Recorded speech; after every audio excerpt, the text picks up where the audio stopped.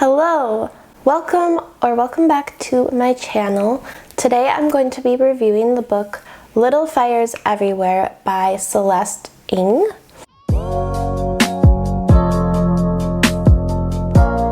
This is a book I actually listened to on audiobook, so I'm not exactly sure how it reads on paper. As usual, I will start with a summary and then I will also provide my thoughts and my general review of the book and some of its subject matter. So if you want to skip ahead to the review, I will leave a timestamp below and you can go ahead and do that. Let's just get started. This story is set in Shaker Heights, which is a wealthy suburb of Cleveland, Ohio, and it takes place in the 1990s. The book opens with a fire at the Richardson house that was seemingly arson because there were multiple fires that were set. And then it goes back in time, I think about a year, to showcase the events that led up to the arson. So the story kind of starts with Elena Richardson, who is a journalist for the local paper and a mother of 4, and she has a rental property, a townhouse that she rents to a woman named Mia Warren, who is a struggling artist and single mother. So Mia Warren is specifically a photographer. The two families become really intertwined when Mia's daughter Pearl becomes best friends with Elena's younger son, Moody Richardson. Now, Moody develops a crush on Pearl, and as they become closer friends and Pearl starts going over to the Richardson house more, she meets all of the other Richardson children, Trip, Lexi, and Izzy. Pearl becomes enamored with Trip, who is Moody's older brother, and she also kind of starts to look up to Lexi as a little bit of an older sister figure. So basically, Pearl, between being friends with Moody, being enamored with Trip, and really looking up to Lexi, starts spending a lot of her time at the Richardsons' house. Then, to further help Mia, Elena actually hires Mia to work at their house for a few hours each day, doing some light cleaning and preparing dinner. And Mia sees this as a really good opportunity to get to know the family better because Pearl is spending so much time there, so she does accept, even though the offer was given to her in honestly kind of a condescending way. It was a little bit rude, I felt, but she accepts the offer pretty graciously and starts going over to the Richardson house for a few hours each day. And this is actually when Mia and Izzy meet. So as I mentioned, Izzy is Elena's younger daughter, and she is the black sheep of the family, frequently picked on and criticized by Trip, Lexi, and even her mother Elena. And after Izzy meets Mia, she sees this woman as a sympathetic and maternal figure, which is something that she's definitely lacking within her own family and within her own household. So they become really close, and Izzy actually starts going over to Mia's every day just to kind of have a warm and welcoming environment where she feels more accepted. Around this time, a sort of secondary plot begins to form when the Richardsons attend a party at the McCullough household, which was celebrating their adopted daughter. This is actually a baby that was left outside of a local fire station, and the McCulloughs are like in the process of adopting her. And once the word of this baby gets back to Mia, Mia actually works at a Chinese restaurant with a woman named Baby, who in a desperate depressive episode, she was clearly suffering from like postpartum depression. She gave up her baby and left it at a fire station. And so it's not hard to put 2 and 2 together, and they realize that this is the same baby. And at this point, Bibi has definitely gotten her life together. She is much more emotionally stable. She's on antidepressants, and she wants to get her baby back. And this begins this really big, messy, public custody battle. And it splits the entire town. Everybody in Shaker Heights kind of takes a side. Elena is good friends with the McCulloughs, so she obviously takes sides with them, and her husband actually even represents them. He is their lawyer. It causes all of this discord around Shaker Heights, and people take sides, including Mia and Elena. Elena actually then goes digging into Mia's past and discovers that Mia was actually intended to be a surrogate for a wealthy couple herself. Mia was in art school. She was offered the opportunity to be a surrogate for this really wealthy couple. She accepted it, but then around when she was 6 months pregnant, her brother passed away, and she decided that she was actually going to keep her baby, and she kind of ran away from this. She gave their money back, and she just started this fresh life with her daughter, Pearl. So this whole custody hearing is a big mess, but it is decided, and Bibi does not get custody of her daughter. Instead, the McCulloughs get custody, and she goes right to Mia for support after hearing this because she's understandably really broken up. Mia kind of gives her some words of wisdom, makes her feel a little bit better. Meanwhile, Lexi, Elena's older daughter, gets pregnant and has an abortion. And she actually uses Pearl's name at the clinic. So Elena goes looking for dirt on Bibi during the custody battle and discovers this and confronts Moody because she thinks that it is Pearl and Moody who are together, but it's actually Pearl and Trip who had been sleeping together, but it doesn't matter because Pearl never got pregnant to begin with. Basically, this leads to a confrontation between Elena and Mia. Elena goes over to Mia's. She rips into her, is super rude, and tells her that she and Pearl basically can't live there anymore. And so Mia gets everything together and tells Pearl that they're moving away. Understandably, Pearl is super upset, but she actually then goes on to tell Pearl the truth behind who her father is and the whole surrogacy. And Pearl kind of becomes a little bit more understanding and is like, okay, I understand, I think, why we have to go.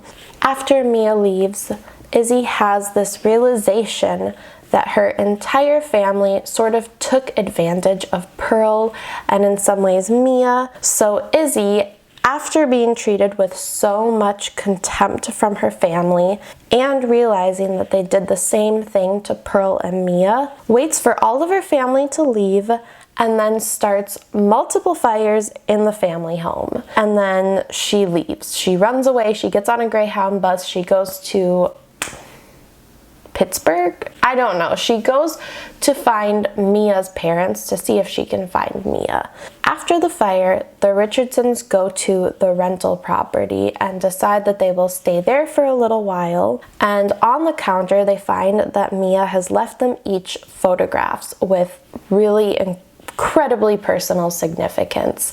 These are the types of photographs that stare into your soul.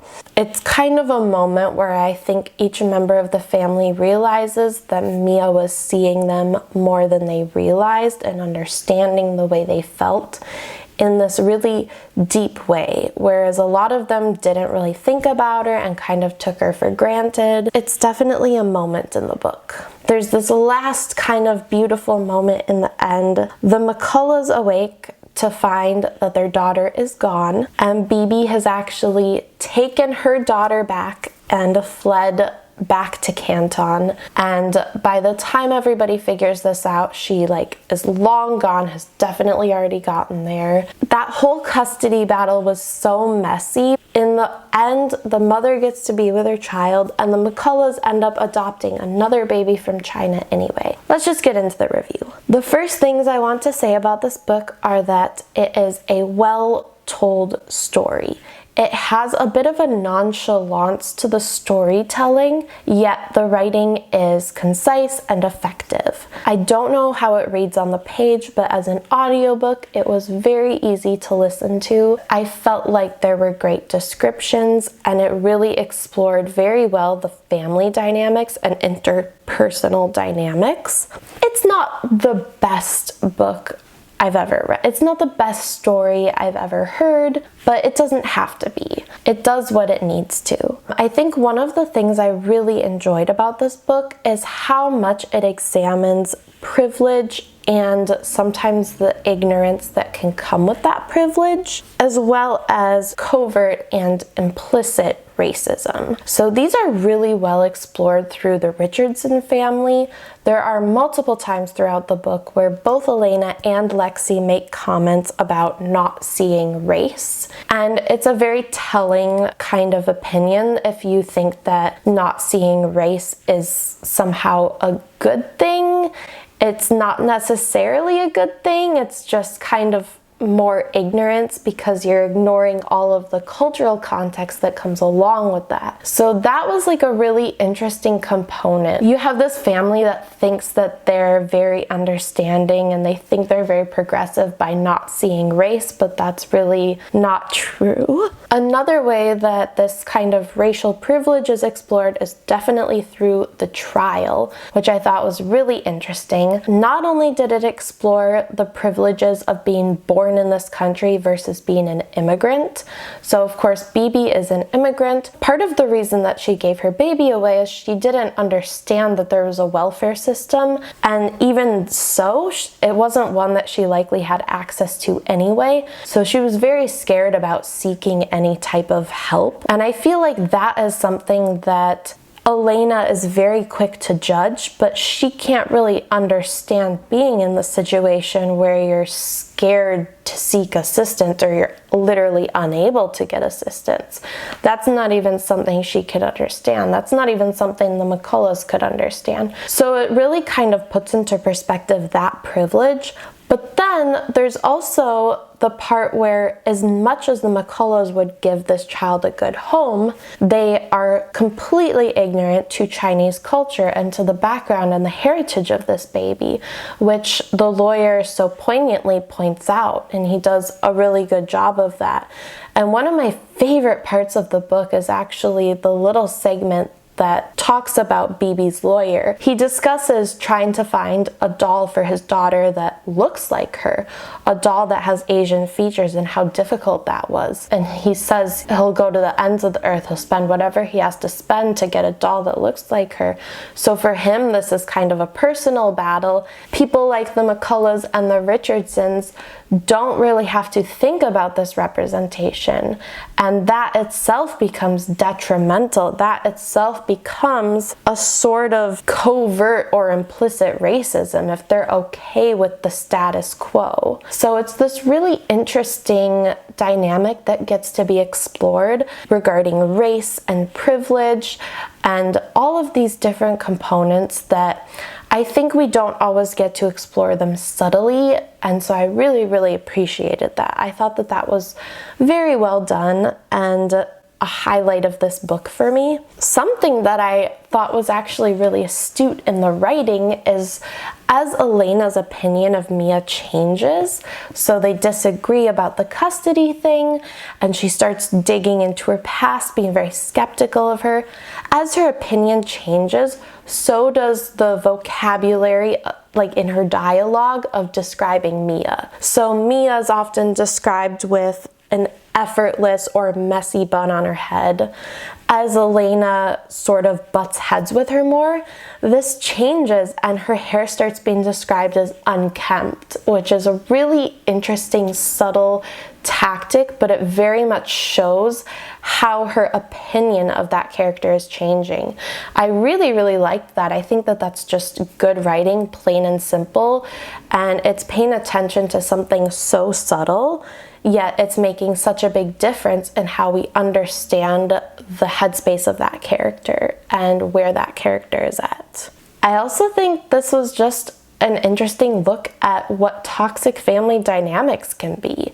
You can grow up in a wealthy suburb, in a really nice house, with all of your needs, your physical needs met, yet there can still be a very toxic family dynamic. A really good example of that is Trip and Lexi ganging up on Izzy, but the mom, Elena, also being part of that and pitting her children against each other in ways. That is a very unhealthy dynamic, and it's really interesting to explore that. The last thing that I will say is the title itself being a bit of a metaphor. And I appreciated this a lot because the fires are really a metaphor for basically all of the problems that emerge in their lives from the meddling and the toxic behavior of their family. And so all of the lies, all of the meddling, it all kind of goes up in flames. I thought that that was an interesting metaphor that she provided in the title and in the ending. And it kind of goes back to something that Mia says in the book. And she says this to Izzy. I believe she also says it to BB Chow. I don't remember if she says it to both. And she says, you know, I saw a prairie that was scorched once in Nebraska and it looked like nothing could ever grow from it ever again. Terrible fire. But then after a while, the soil is actually extra fertilized. And from the ashes comes something better, come new growth. And I really liked that as well. That was clearly the inspiration for Izzy committing arson. I don't have a lot of negatives to say with this book. I guess that's about it for my summary and review. Please let me know if you have read this book in the comments. And yeah, I'll see you later.